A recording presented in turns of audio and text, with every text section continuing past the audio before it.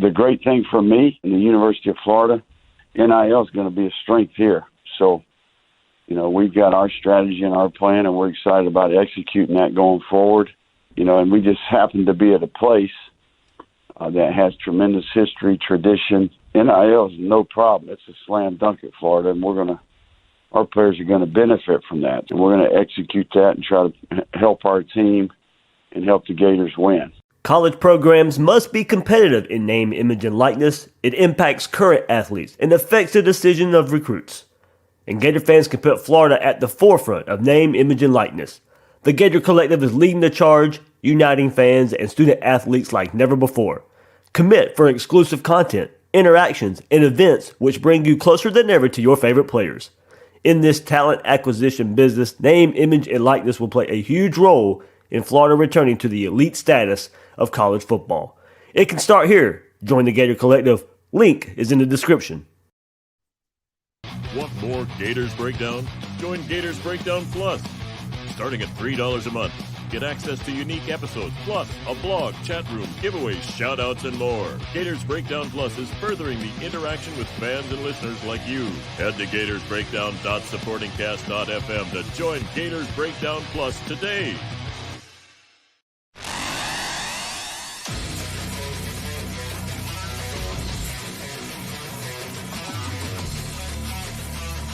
Gators Breakdown, because there's never a dull moment in Gator Nation.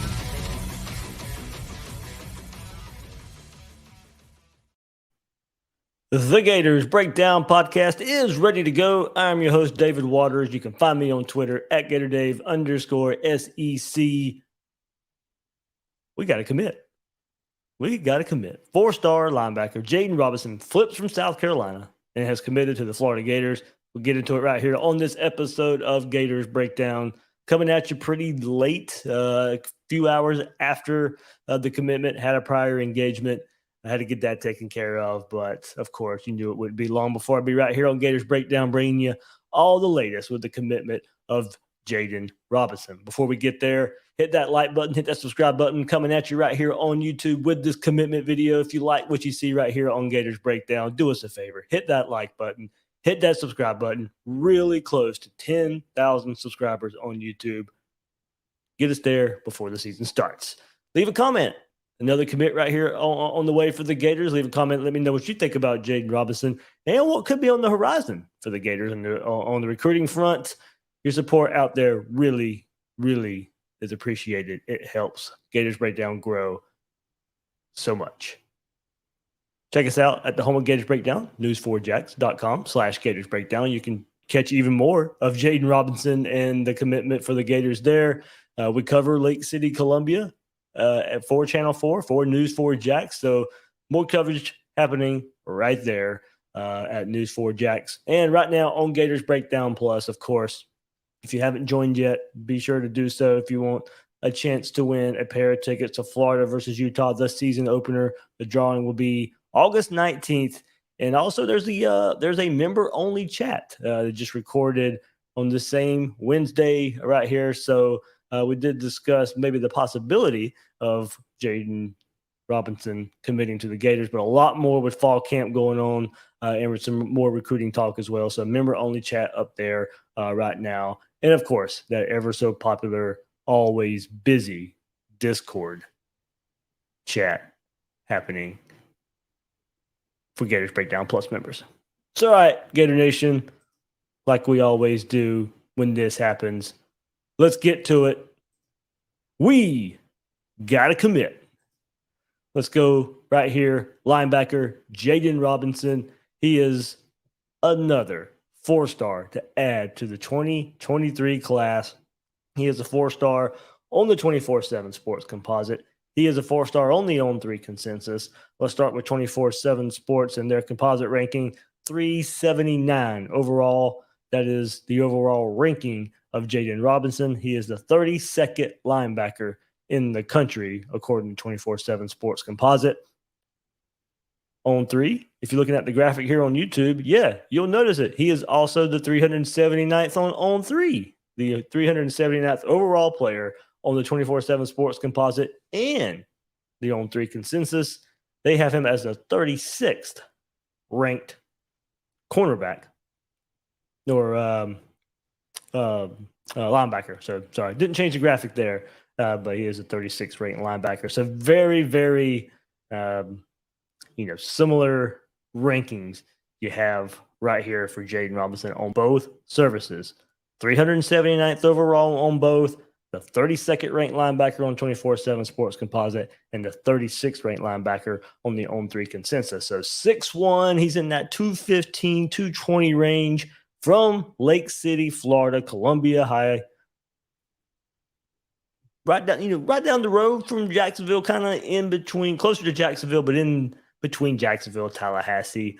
But this was a flip from South Carolina, where he committed to South Carolina on July 4th. Florida got in late, offered him July 3rd, maybe tried to switch that decision to South Carolina before it happened.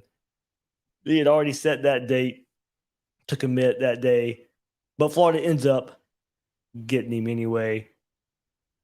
So when you look at the type of player Jayden Robinson is, neither recruiting service really offers an analysis like they do for a lot of the, I'm assuming, higher rated guys there. But if you go look at his huddle highlights, you'll have to go out there and look at them to kind of piece this together if you want to maybe have your own analysis a bit. But from what I could gather in looking at it and talking to some people, as I said, we do cover Lake City, Columbia.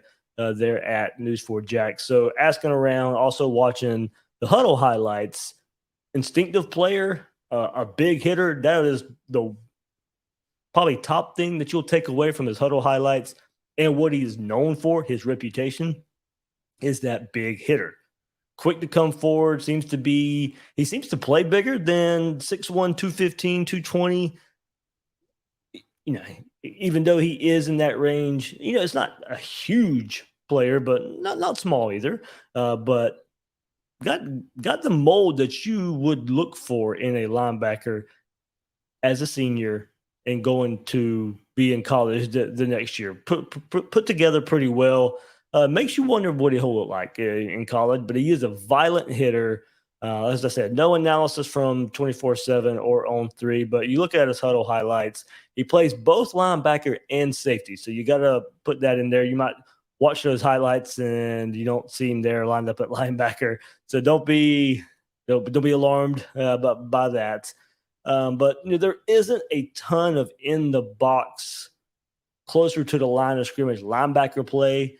But there is some. There is some there. I don't believe this would be one of those tweeners in the mold of a light linebacker.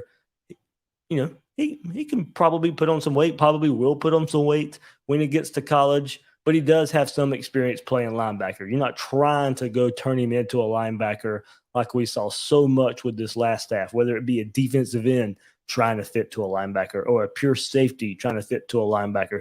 He has some experience there. He can be identified as a linebacker. That's what he will be at the next level, of course. You put a little bit more weight on, might lose that speed to be that safety at the college level anyway. So has some experience at the linebacker position. You're not trying to make him something that he's not. So go look at some more of those highlights. So a lot of the highlights happen because he plays his role. He stays in his lane, doesn't take himself out of plays. Seems to be able to at times diagnose the play pretty well with passes to the running back, whether it be a swing, whether it be a screen. You'll like the violence. He is trying to hurt when he lays a hit. You love that mindset of a linebacker. As linebackers, you got to be instinctual. You've got to be willing to go get dirty, to lay a hit, and he does not shy away from that whatsoever. You'll love his violence. I'd like to see him wrap up a little bit more, but that kind of comes with the violence a bit. But when he does wrap up, when he does hit in that form to go make a tackle, not just a hit, and don't get me wrong, you don't see the not wrapping up a whole lot.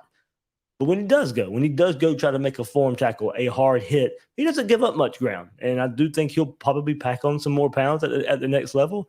Probably have a pretty nice size to him at that linebacker spot But from both positions, he shows speed, chase down plays, shows speed in coverage as a safety, drops into coverage, gets involved in that passing coverage as a defender. He'll hit as a safety. He'll hit the receiver to break up a pass. Plenty of interceptions to his name as well. He'll deflect the pass away. You go and look at some of those stats dating back to last year: 94 tackles, 3 interceptions last season there for Columbia. So hopefully this coming up season that starts in just a few weeks, hopefully we do get to see him play closer to the line of scrimmage and more traditional linebacker play this fall for Columbia. It gives us a better insight on how he'll fit right there for the Gators. But of course, this was a linebacker Florida needed. Yeah, we go back to how linebacker recruiting started for the Gators, and just right here in Jacksonville, losing Grayson Howard. We know what happened with Malik Bryant not long ago. Jayden Robinson, as I said, Florida got in. We saw the offer late, and he commits to South Carolina. So you wonder where Florida would turn at the linebacker spot. And, I remember Jordan Hall committed to Michigan State not long ago either. So Florida was having to go down the board. You knew flips were probably, at least for this position group, for guys that you either wanted to circle back around on or had to circle back around on, it was going to be flips. So we'll see where Florida ends up going for, this can't be the only linebacker in the class, but good on Bateman, good on, Mike Peterson gets really involved here, had a prior relationship with Robinson back at South Carolina. That played dividends here. So that paid dividends right here for Robinson. So you get one linebacker in the class after a slow start to recruiting that position. Good get for the Gators. Good to have that ability to circle back around and go get a target. So I think we'll see where linebacker recruiting goes. I don't know you get another flip regardless. I think we'll all look for Lewis there at Tampa to see kind of, they committed to Oklahoma. We'll see where that one ends up. I know a lot of people want to sit and say maybe flip Grayson Pup Howard from South Carolina as well. I don't see that happening. He's pretty loyal. I can see it happening if South Carolina staff somehow gets gutted after this season. Maybe you can get back in with Howard right there. But, I think we'll see what the board looks like for Florida. Still plenty of time to go for linebacker recruiting, but you get a good one here in Robinson. So I think we should hear from his head coach. As I said, News4Jax, we cover Lake City, Columbia. And just over a month ago, we were doing these profiles for a lot of the recruits out there and catching up with the coaches in the area. And we got to hear from Demetric Jackson. He's a former Gator. He played for the Spurrier National Championship team in '96. He was a defensive back for that team, and not necessarily a soundbite on the type of player Jayden Robinson is, but just in general, a feel of recruiting with the Florida program under Billy Napier. Demetric Jackson, had some pretty good thoughts, and I posted it on Twitter a little over a month ago, but probably with the connection here to Robinson, a pretty good look back, maybe even prophetic to a point. But here's that soundbite. My message is not to Coach Napier and his staff, because I think, Florida administration hit a home run with the hire. My comment is to the Gator fans. Okay, this guy, he's doing everything we need to do to take our program back to the top level. You're not going to change it overnight. I mean, we've, nothing against Mullen and the staff before that, but you kind of see the talent level was really down. And so this guy got to come in here and recruit some top-tier players.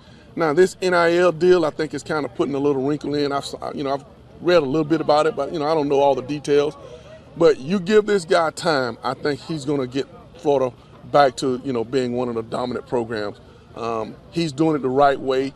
He's very approachable. He's hardworking, and not just him, but all of his staff. I mean, I went there this past week at a 7-on-7, and every last one of these staff members was interacting, not just with former players, but all the guys, the recruits there. And when you do that and the resources that Florida have, look out. So Florida fans, give the staff time.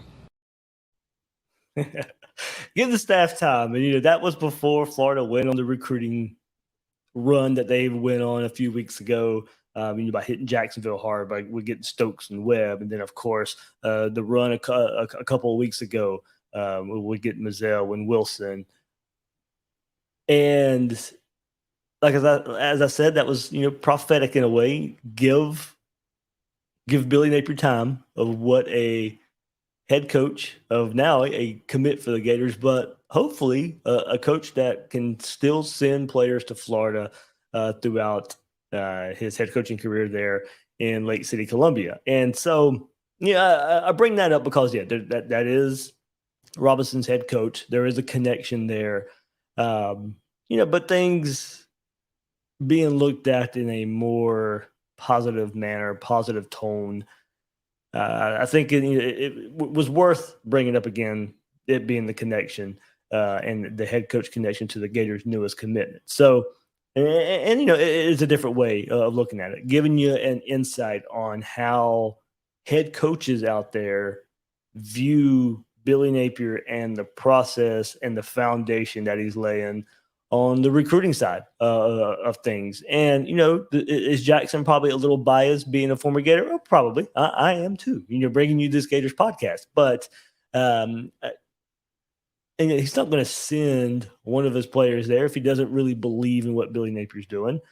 So it was good to hear, also on the heels of Friday Night Lights a couple of weeks ago. And I think, me sharing my thoughts and what I saw, those relationships with the recruits that are out there, and basically sharing some of those same thoughts that Jackson shared right there from what he saw as a head coach, and interacting with the staff and Billy Napier, and seeing how recruits interact with the staff and Billy Napier. So I think, it was worth going back and showing that, just for the pure connection of the head coach and the newest Gators commit. So, all right, now when you look at this class for the Gators, another 4-star, another state of Florida player. Robinson is the 17th commit of the class and the 15th 4-star of the class. 17 commits, 15 4-stars. That gives the Gators a score of 242.64 on the 24/7 Sports Composite, and the Gators will stay 13th in the rankings behind Tennessee and USC, I believe. So I had that pulled up, but I believe, looking at it right off the top of my head, I think that's where it would put Florida. So maybe Penn State's there. I'll pull it up. That no sense of being lazy right here. I can pull it up for you pretty quick of where that would put Florida in the rankings. So give me just a sec. If you don't already know, I will have it pretty quick. I thought I had it pulled up for you guys, but hey, look, that's what happens. As I said, I had a prior engagement. I was trying to get home, get you guys an episode out there, so when you wake up on Thursday morning, you have a chance to listen to an episode. So let's get to it. And that would put Florida at 13th. Behind USC at 12, Tennessee at 11, and Penn State at 10. Miami would be number 9. So there you go. That's where Florida currently is. Let me get my format back right here so I can bring you guys a little bit more before I sign off on this episode here. All right, so now that's where the Gators are. They stay at 13. But of course, we know what's on the horizon. Could be a big, big weekend for the Gators, keeping this recruiting momentum going. And look, I don't think it was any mistake either, or any coincidence. There you go. That's the better word for it. Jayden Robinson commits right here August 10th. Cedric Baxter, of course, the big-time running back. I know we all wanted to be in a Gator uniform. Did end up committing to Texas like most 99% of us out there thought would happen after the way that recruitment has been trending the last few months. But, maybe planned. Okay, well, don't get that. But we do get a position of need commitment here with Robinson. So hopefully the bad news in the recruiting cycle world is over with for a few days, because on the horizon, we know this coming up weekend, big commitments for the defensive line coming up with Kelby Collins and Cameron James. So I am going to throw up this graphic I've been throwing up for the last, month or two of what Florida's doing and what Florida is doing as far as identifying targets along the defensive front. And we knew by looking at this list that it was going to be very hard for Florida not to sign a very good defensive line class.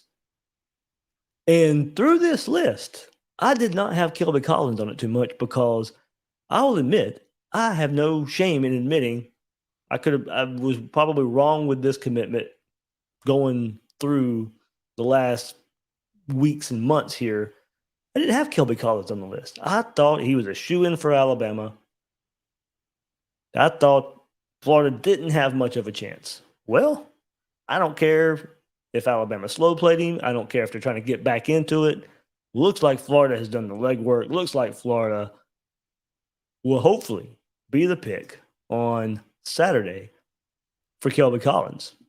And here if you're watching on YouTube there, I threw the graphic back up, but building the trenches. That's what Florida has to do on this defensive. We've talked ad nauseum currently about this defensive line, what the Gators are going into this 2022 season with, why it needs to be fixed, why it can be fixed when you start looking at the players Florida is in for.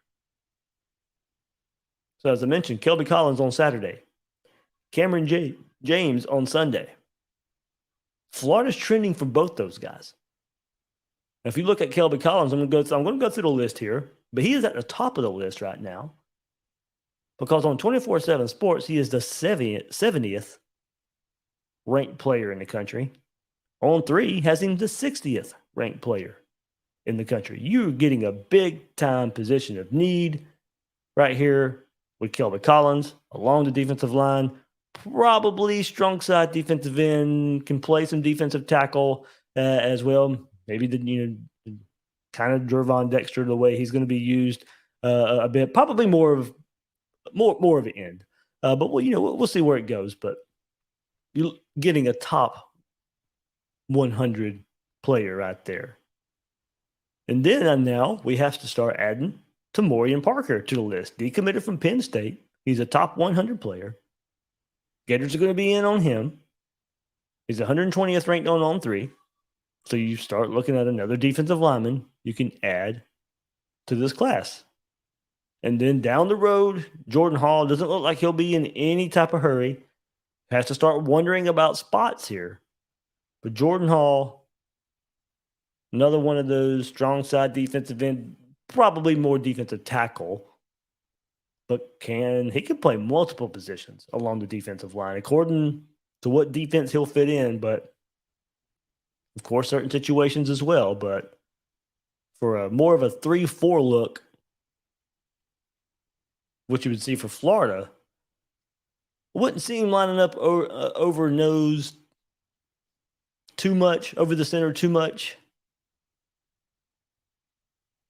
But definitely, you're not too far out at end. And you're closer to the center.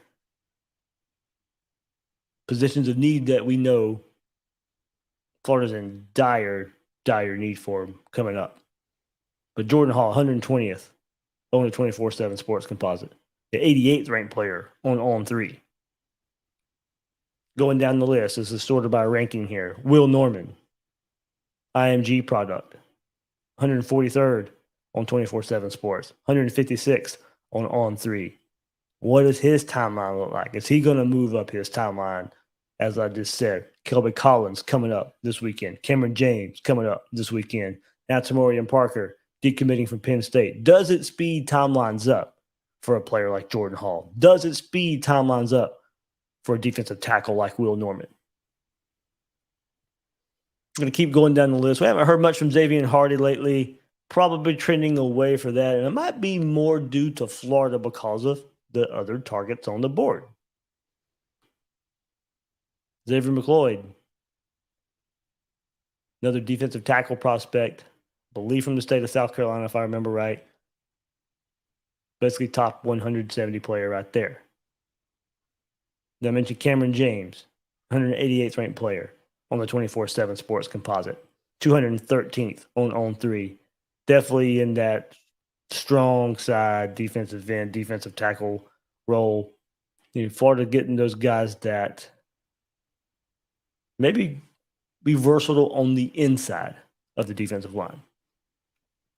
Then also Caden McDonald, true defensive tackle, 290 ranked player on 24/7 Sports Composite, 329th ranked on 3. So when you're looking right there, 1, 2, 3, 4, 5, 6, 8 players right there, all ranked in the top 300.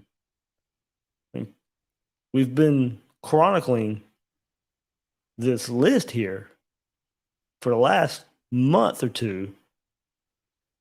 And you keep saying there's no way Florida doesn't. It would be a massive disappointment, and it would take a lot for it to happen for Florida not to end up with a really good defensive line class. And I really expect it to get much better as soon as this weekend. And I'm not breaking any news. I'm not, trying to make it more than it's not. If we are to predict where these players go, these guys have hard dates. These guys have decisions coming up. So with the hard dates, you're not really ruining any moments or anything. I feel pretty confident as of this late Wednesday night recording, almost midnight, going into Thursday, that Kelby Collins will be a Gator. Cameron James will be a Gator. You're fighting against Alabama. You're fighting against Georgia for positions of need for the Gators right now. Georgia really wants Cameron James. Bama's circling back around on Kelby Collins. So that's why I don't, I won't write it down and I won't stamp it 100% that these guys would be in the class. But right now, as it sits, Florida's trending. Florida should be the pick. Hopefully it turns out that way. But you add Collins, you add James to the class. I just gave you the updated rankings for Florida. But if we do peek ahead a bit and the class and the teams in front of Florida don't add anybody either. But if it stands as it is right now, you add those two guys to the class, Collins and James. That would give Florida a score of 256.81 on the 24/7 Sports Composite. And that would put Florida 10th in the rankings. In front of Penn State and Tennessee, one spot below Miami. The rankings have to stay as is, as I said, the next few days. Heading into the weekend, when Collins and James make their decisions. But it would put Florida with a top 10 class if those commitments of Kelby Collins and Cameron James happen. All right, trying to get you caught up back on with fall camp starting, of course. That's taking priority. Trying to get you all caught up on the recruiting side of things. I definitely focus much more on the football side of things this time of year, but cannot ignore what's happening on the recruiting front either. And also the popular story of cornerback Dijon Johnson, the Ohio State decommitment. And this story, man, just when I tweet out the roller coaster gif on Twitter, that's what recruiting is. And this one in particular, it may be not even Dijon Johnson's fault at all. We all remember the decommitment rumors of Ohio State, and that eventually happened. But with that, around Friday Night Lights came, okay, well, it's pretty sure he's going to flip to Florida. Well, maybe he's going to go visit Miami. Okay, well, we know those visits didn't happen. Stayed in Gainesville that weekend. All right, so then a couple weeks go by, and let's fast forward to last weekend. You know what? Diwun Johnson just might recommit to Ohio State. That was a storyline out there. My side of things was never told it was going to happen. Ohio State really thought that was going to happen. Their reporters, even some on the Gator side, thought it was going to happen, with reporting it was likely going to happen. I could never get, out of my sources, out of everybody I talked to, that told me he was going to decommit from Ohio State, and that Florida maybe it would be the likely destination. Those would never say that they heard he was going to recommit to Ohio State. So I felt pretty confident that whatever Ohio State was hearing must have been just purely on their end. And I know they sit there and say it was close to happening and all that. I can't say that, but what a storyline. And as I said, Diwun Johnson, we had the fake announcements of him committing to Florida, and he was going to be part of Florida's class, and there were articles released that weren't true, and graphics released of him getting an offer, and people thinking that he committed to Florida, and it's just been, and no fault of his, just no patience out there of this commitment and where it may end up. Talk about trending towards Florida. I still think Diwun Johnson's trending towards Florida. I've talked about Collins and James this weekend trending for Florida and their set dates. I don't know when Johnson will pull the trigger. I think if it's anytime soon, it will be Florida. And just one to definitely keep our eye on, and hopefully no more wondering when and if it's going to happen. But that was been an eventful few weeks following the recruitment of cornerback Diwun Johnson. Add him to the class. Heck, I just said Florida would be 10th after Collins and James. You got to think adding Johnson, Florida would start maybe pushing. If, like I said, you got to, if the rankings kind of stay as is, and Johnson maybe commit sometime soon, start pushing Miami for that 9th spot. But of course, Miami's not done. They'll be adding guys too. Florida will be adding guys down the road. But that's just where it would stand in the coming days, weeks. So, all right, that'll do it right here for this episode of Gators Breakdown, catching you up in the world of recruiting. Be on the lookout this weekend. Hopefully good news. Hopefully more commitment videos with Kelby Collins and Cameron James making their decisions. Hopefully it's the orange and blue when it's all said and done this weekend. But this episode was taking a look at the Gators' newest commitment, Jayden Robinson, linebacker, Gators' first linebacker in the class. See where the linebacker, that position group recruiting goes forward. But a good pickup there for the Gators at the linebacker spot. 4-star linebacker from Lake City, Columbia High School. All right, that'll do it for this episode of Gators Breakdown. I am your host, David Waters. You can find me on Twitter at GatorDave_SEC. Guys and girls out there, thank you for listening to this episode of Gators Breakdown.